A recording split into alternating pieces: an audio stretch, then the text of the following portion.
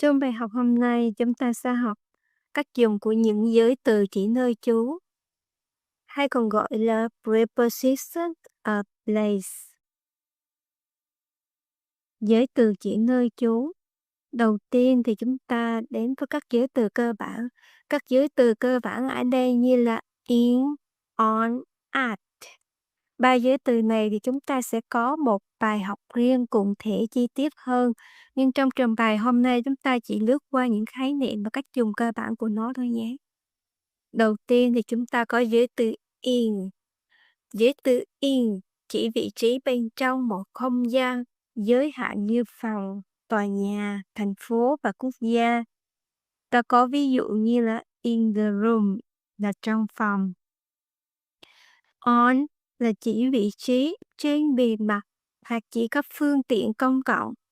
Ta có ví dụ như là on the bus là trên xe buýt, on the table là trên bàn.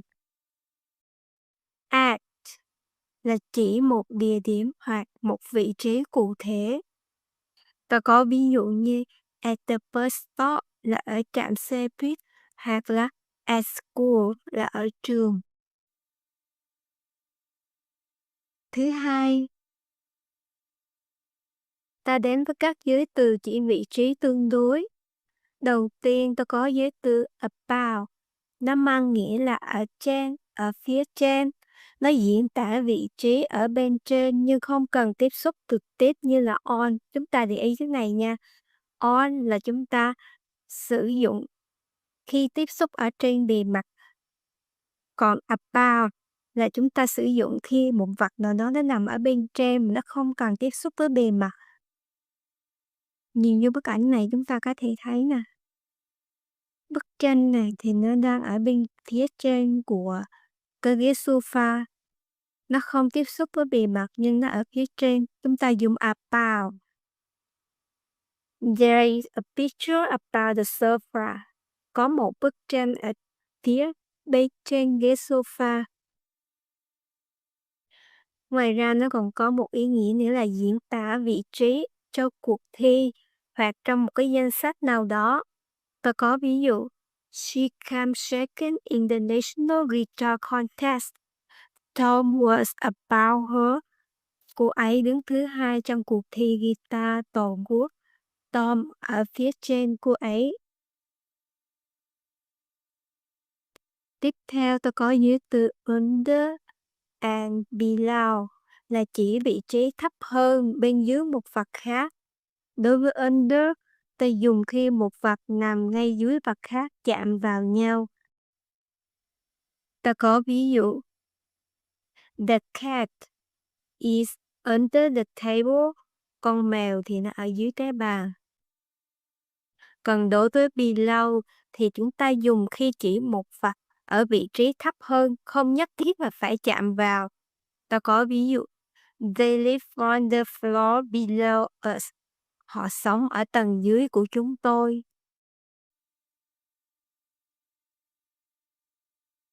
Giới từ tiếp theo ta có là in front of là ở phía trước, ở đằng trước, ở phía trước. Nó diễn tả vị trí ở đằng trước, ai đó hoặc vật gì đó. Nhìn vô bức hình này chúng ta có thể thấy những đứa trẻ thì đang chơi ở đằng trước của ngôi nhà.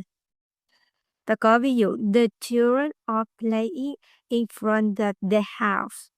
Những đứa trẻ thì đang chơi trước nhà.